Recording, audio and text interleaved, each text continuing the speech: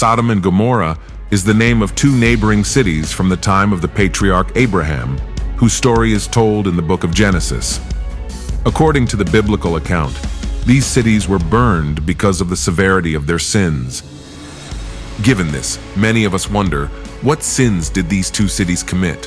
What is your story? Why is the expression sodomite used to refer to male homosexuals?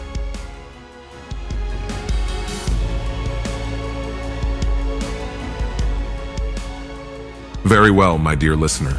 We will be answering all these questions in this video.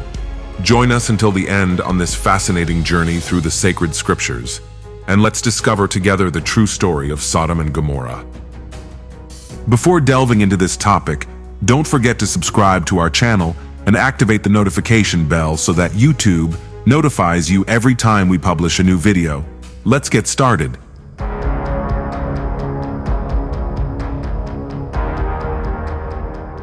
The Ancash earthquake of 1970, also known locally as the 70 earthquake, was an earthquake that occurred on Sunday, May 31st, 1970, at 3:23 p.m. local time.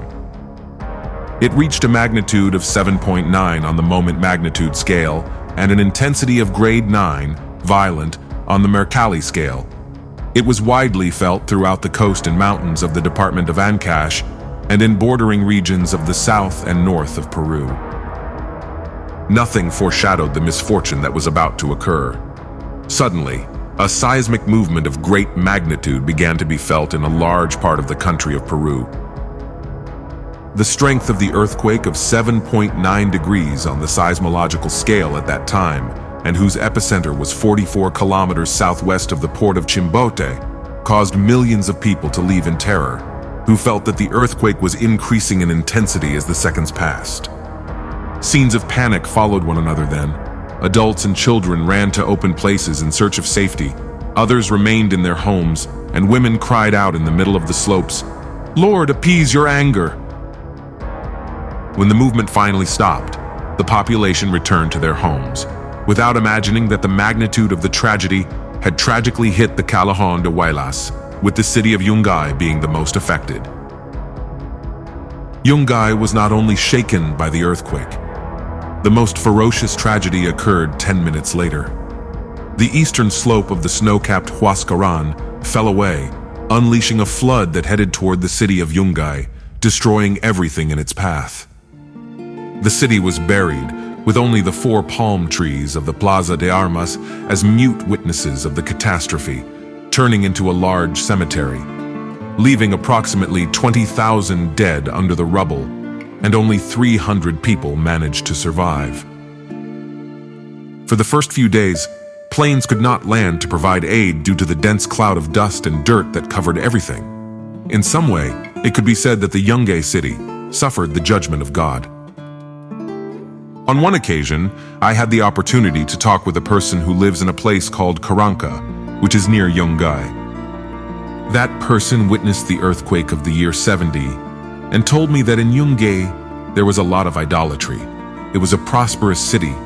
The people boasted a lot about the beauty of their city. He also told me that 3 missionaries were martyrs in that city. I don't know if the latter is true. Only God knows. But all this leads us to think that the city of Yungay suffered judgment from God. And this reminds us of the cities Sodom and Gomorrah.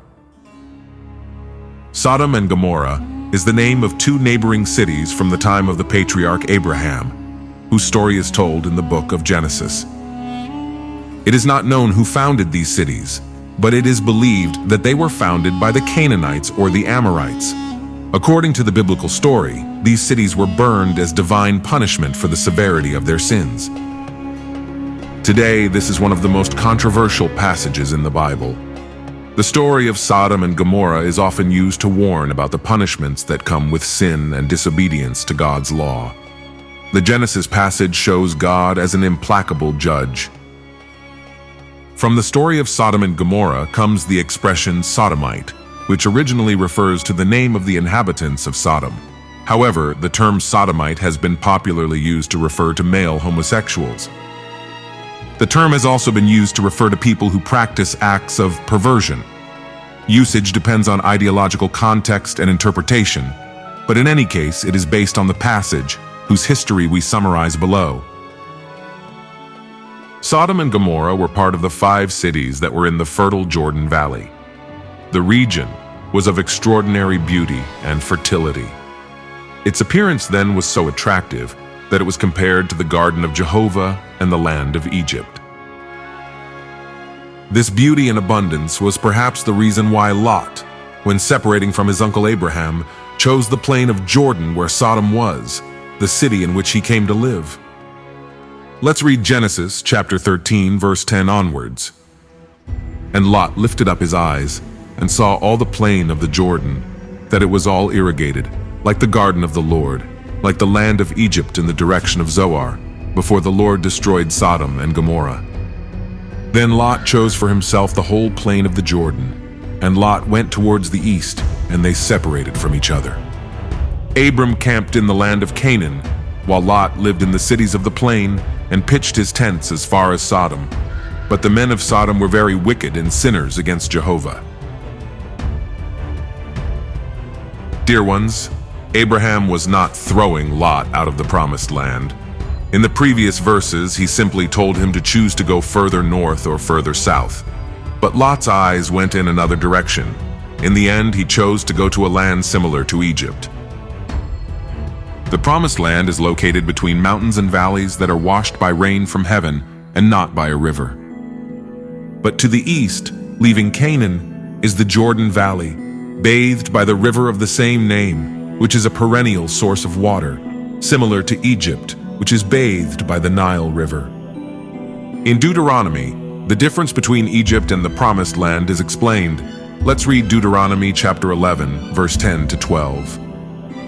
The land into which you enter to take it is not like the land of Egypt from which you came, where you sowed your seed and watered it with your foot, like a vegetable garden. The land to which you are passing to take it is a land of mountains and plains, which drinks the waters of the rain from heaven, land of which the Lord your God cares. The eyes of the Lord your God are always upon it, from the beginning of the year to the end. Lot liked the lifestyle of Egypt, where one had access to river water at all times, no matter what one did, in contrast to depending on the rain from heaven which God sends if one lived in obedience. Lot could have stayed in the promised land, but he didn't. He preferred a lifestyle similar to that of Egypt. He preferred material riches to spiritual ones. He preferred the security that the river gave him instead of depending on God. He preferred the easy life. He did not care that there was a lot of evil in that region. As we see, he gradually approached Sodom until he settled there. Lot's choice was very expensive for him. He will encounter many risks and problems as a consequence of choosing material inheritance over spiritual inheritance. First, he was kidnapped. Then, as we will see, the city where he lived will be destroyed, his wife will die, and his daughters will go astray. In the end, he who sought this world lost it, but we will leave this for last. Now, despite the beauty and abundance of good things in these cities, Sodom and Gomorrah were also famous for their evil. Instead of living according to God's instructions, the men of Sodom were greatly evil and sinners against Jehovah. In Genesis chapter 18, verse 20, it says, "Then the Lord said to him, because the cry against Sodom and Gomorrah increases more and more, and their sin has become extremely serious." Given this, many of us ask ourselves, what was the sin of Sodom and Gomorrah? Well, the Holy Scriptures have the answer for this. The main sin associated with Sodom and Gomorrah is homosexuality and sexual violence. As humanity went astray, men and women began to exchange God's use of sex, filling it with vile and shameful passions. Paul made a list of sinful behaviors that human beings began to practice when they turned away from God. In Romans chapter 26 and 27, he says, "For this reason God gave them over to shameful passions, for even his women changed the natural use for that which is against nature, and in the same way also the men, leaving the natural use of the woman. They became inflamed in their lasciviousness toward each other, men committing shameful deeds with men, and receiving in themselves the due retribution for their error." Likewise, when mentioning the sexual immorality of Sodom and Gomorrah, Jude in his letter said the following words: "Like Sodom and Gomorrah and the surrounding cities, which in the same way as those having committed fornication and pursued vices against nature, were put, for example, to suffer the punishment of eternal fire." Another version of the Jude passage reads as follows: "And Sodom and Gomorrah, along with the neighboring cities given over like them to lust and homosexuality, suffered the punishment of perpetual fire." Dear listener, what Jude called unnatural vices are often called alternative ways of life in our modern age. The term sounds so innocent in our culture, but it denotes sexual behavior that is unnatural and offensive against God. When we read Genesis chapter 19, verses 5 through 8, it is very easy to see what both Paul and Jude had in mind. The society of Sodom was immersed in rampant sexual immorality, including homosexual acts and aggressive rape. Now, apart from homosexualism, other sins that are very serious were practiced in Sodom and Gomorrah. Number 1, they were idle because of the abundance of wealth, but they did not help the needy. Rather, they were arrogant and proud. Let's read Ezekiel chapter 16, verses 49 and 50. "Behold, this was the iniquity of Sodom your sister. Pride, satiety of bread, and abundance of idleness she and her daughters had. And she did not strengthen the hand of the afflicted and the needy. And they were filled with pride, and made an abomination before me, and when I saw it, I removed them." Number 2, they committed adultery, lived a lie, and defended the evildoer. In Jeremiah chapter 23, verse 14, it says, "And in the prophets of Jerusalem I have seen clumsiness. They committed adulteries, and walked in lies, and strengthened the hands of the wicked, so that no one would turn from his wickedness. They were all to me like Sodom, and their inhabitants like Gomorrah." Number 3, they published their sin without being ashamed of it. Let's read Isaiah chapter 3, verses 8 and 9. "For Jerusalem is ruined, and Judah is fallen. For their tongue and his works have been against the Lord to irritate the eyes of his majesty. The appearance of their faces testifies against them, because like Sodom they publish his sin, they do not conceal it. Poor souls of them, because they accumulated evil for themselves." Dear listener, the residents of Sodom had become so wicked. When Abraham interceded with God for that city, not even 10 righteous people could be found among them. As we can read in verses 28 to 32 of chapter 18 of Genesis, Abraham reduced the number from 50 righteous, successively to 45, 40, 30, 20, and finally 10. And here the question arises, why didn't Abraham continue asking below 10? It is possible that he did not dare. Perhaps he was struck by doubts as to whether Lot was really lost, and this worried him so much that he decided not to continue asking. Surely, if he had insisted to the point of asking if God would have destroyed the city if there was only one righteous person in it, God would have answered him. "If there is a righteous man in the city, I will remove him from the city, for I will not destroy a righteous man with that city." And how do we know that God would have responded like this? Because that's how it actually happened. Given Abraham's doubts, it turns out that there was a righteous man in the city, and God knew him. He was Lot. The Apostle Peter, in his second letter, wrote that Lot grieved his righteous soul every day, seeing and hearing their wicked deeds. For this reason, 2 angels went to Sodom to save the righteous Lot. In Genesis chapter 19, it says, "So the 2 angels came to Sodom at evening, and Lot sat at the gate of Sodom. And when Lot saw them, he stood up to meet them, and bowed down to the ground, and said, 'Now, my lords, I beseech you, come to your servant's house and stay, and wash your feet, and in the morning you will arise and go on your way.' And they answered, 'No, we will stay in the street tonight.' But he persisted with them very much, and they went with him and entered his house. And he made a feast for them, and baked unleavened bread, and they ate." My dears, we see that when the angels came to Sodom, Lot was sitting at the city gate. Those who did so held the public office of judges. This makes it clear to us that Lot not only resided in that community, But also, upon entering the judicial career, he had integrated into public and political life. We are also struck by Lot's hospitable attitude when offering accommodation in his house to travelers.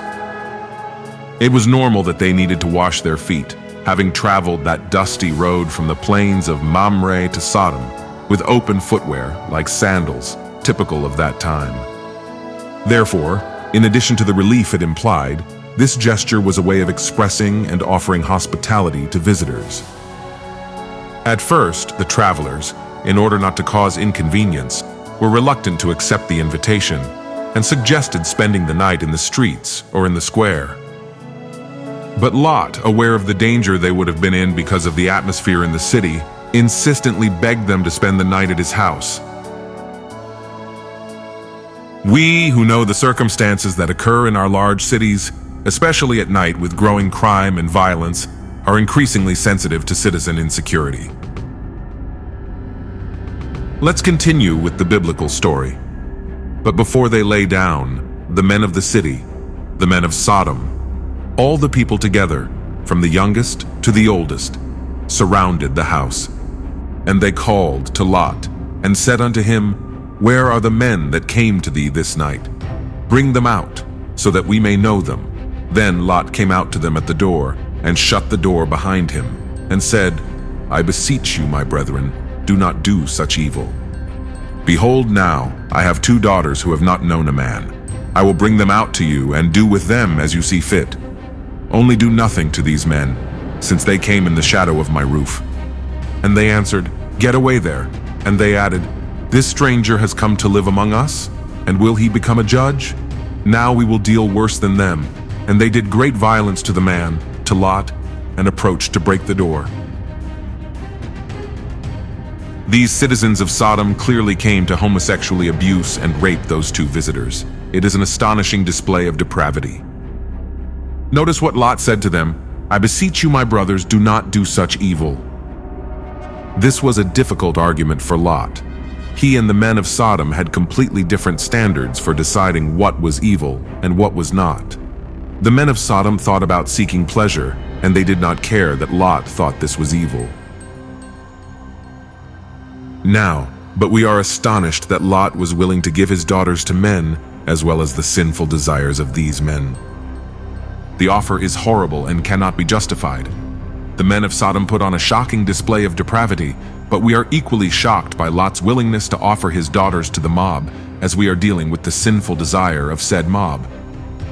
We can understand this terrible description a little more when we consider the low position of women in the pre-Christian world and the very high position of guests.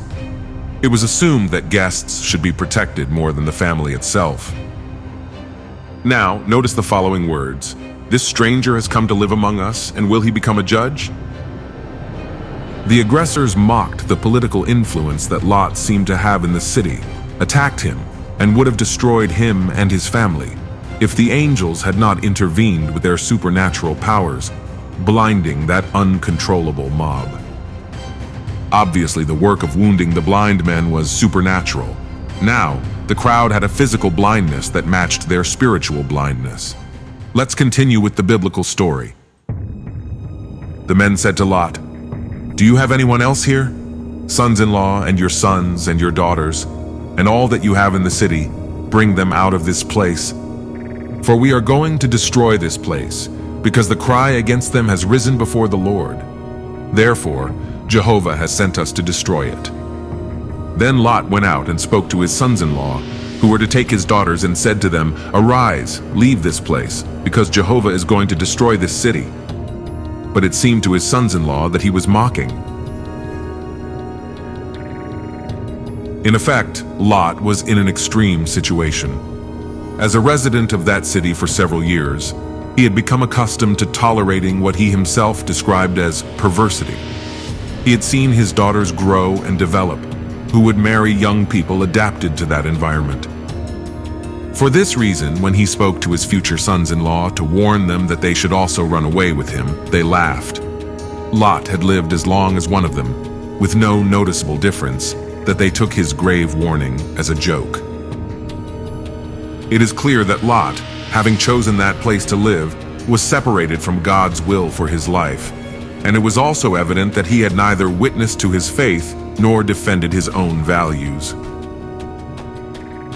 This situation is similar to the current situation of many so-called Christians who spend their lives compromising their Christian values in an adaptation to the values of other people who do not have a knowledge of God or a personal relationship with Him.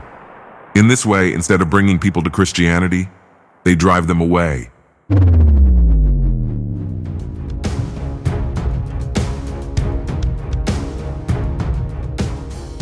Let's continue with the biblical story. And when dawn broke, the angels urged Lot, saying, "Arise, take your wife and your 2 daughters who are here, so that you may not perish in the punishment of the city." And he stopped, and the men took hold of his hand, and of his wife's hand, and of his 2 daughters' hands, according to the mercy of the Lord toward him. And they took him out, and put him outside the city. We can say that Lot, despite everything, belonged to God. Although if I only had the Genesis account, I wouldn't be very sure about it. But since the Apostle Peter, in his 2nd letter, called him righteous, I believe he really was saved. He had become considered righteous by God through his faith, having followed Abraham, identifying with him when both had offered their worship and sacrifices to God. That is why God offered Lot his mercy, and believing in the word of God, he prepared to leave the city. But his personal and family situation was difficult. Note that he was indecisive and hesitated to the point that the angels had to force him and his family to leave the city.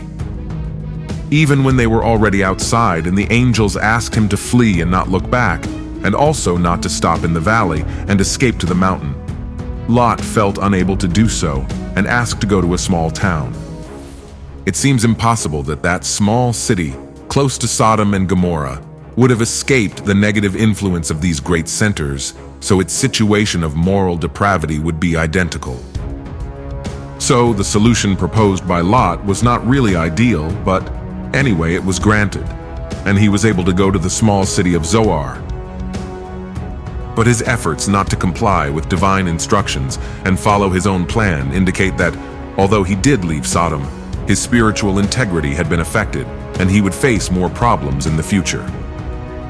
Let's continue the biblical story.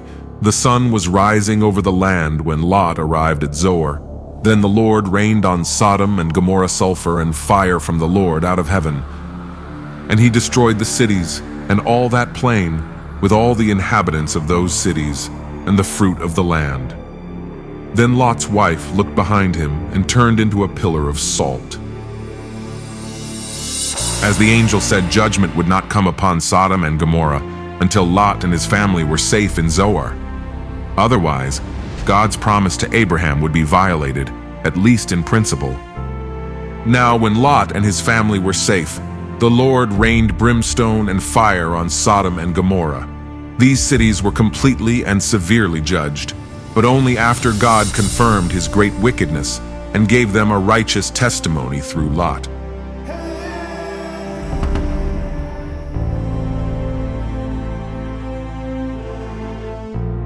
Today, many people believe that these cities are beneath the Dead Sea, and their total destruction is a testimony of God's judgment and grace that delivered the righteous. As we mentioned earlier, before this destruction, the area around Sodom was incredibly beautiful and productive, like the Garden of Jehovah. Yet this enormous privilege did not turn their hearts toward God. This beauty also reminds us of the city of Yungay, who before the earthquake of 70 was very beautiful. Now, the people of Sodom and Gomorrah also saw more of the power, grace, and mercy of God than any other region. They had been delivered from destruction by the work of God through Abraham. They heard the testimony of Melchizedek and saw the example of Melchizedek and Abraham.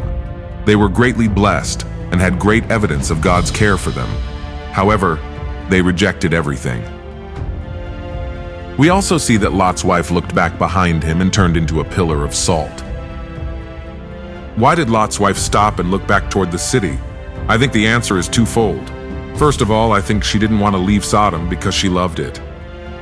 Of course, she also loved Lot, but there were things there that she valued very much and felt very attached to them. Her body was gone, but her heart remained there. That attitude constitutes a lesson for ourselves. It is possible to have a divided heart. There are Christians who profess to have a relationship with God, but at the same time, they are aware that there are factors that separate them or prevent them from achieving a life of communication with God and, consequently, a full and meaningful human experience. These factors, which may be friendships, habits, or attachment to certain material things, gradually nullify our faith and Christian testimony. The Bible shows us that without faith, without that communion, and without obedience to the Word of God, our spiritual life goes out. A divided heart, then, leads to disobedience. Secondly, another reason why Lot's wife looked back was that she did not believe in God and did not take seriously the instructions that God had given. They were not to stop or look back. Lot believed in God and obeyed, not his wife, and there he remained, perishing with all those things that he could not get rid of. Let's continue with the biblical story. And Abraham went up in the morning to the place where he had stood before the Lord. And he looked toward Sodom and Gomorrah and toward all the land of that plain. And behold, the smoke rose from the earth like the smoke of a furnace. At dawn, the patriarch was able to verify the fulfillment of what God had revealed to him by witnessing the destruction of the cities. When it came to choosing, Abraham had chosen well. He had chosen to believe in God, and his faith had led him to love the divine will and plans. Therefore, he did not feel linked to that world that was being destroyed by its evil, by its violence, by its injustices, by its contempt for the human dignity with which God endowed his creatures, and for having fulfilled God's tolerance. Surely he also remembered that God would protect his nephew Lot, since he had promised to save the righteous from punishment. It is good to remember here the recommendation of the Apostle John in his first letter, chapter 2, verse 15. Do not love the world or the things that are in the world. The last verses 30 to 38 of chapter 19 of Genesis tell us that Lot did not find himself comfortable in Zoar and was afraid. Surely the situation there was very similar to that of Sodom, and he took refuge in the mountains with his daughters, which made Lot drunk and slept with him, and as a result of this, the Moabites and the Ammonites emerged, who were permanent enemies of Israel, that is, adversaries of the descendants of Abraham. Dear listener, if we want to escape eternal damnation, we must flee the seduction of this world. Many people are like Lot, allowing themselves to be seduced by what the world offers them. Even knowing the evil that surrounds the world, they agree to participate in its evil works instead of turning away from them. The Bible teaches us that we must flee from the works of darkness and rebuke them. Lot's decisions were the cause of his downfall. He lost everything he had, his material goods, his wife, and ended up unconsciously participating in an act of sexual indecency with his daughters, giving birth to 2 sons who in the future would become enemies of Israel and be cursed by God. Many people fail to see what sin can do to their lives, but the truth is that everyone who practices sin will end badly sooner or later. Lot was delivered by God, but he paid dearly for the consequences of his bad decisions. God in his infinite mercy can forgive us of our sins, but many times he will not free us from the consequences of them. The best thing is to flee from this sinful world. Dear listener, let us not wait to lose everything we have and see ourselves ruined by sin. Let us escape in time from its terrible consequences and eternal damnation.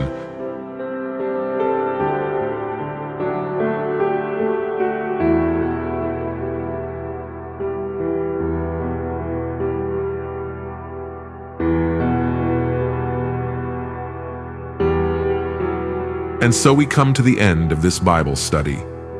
Thank you for being part of our Wisdom channel. God bless you greatly. It's all from me, and it will be with me until the next video.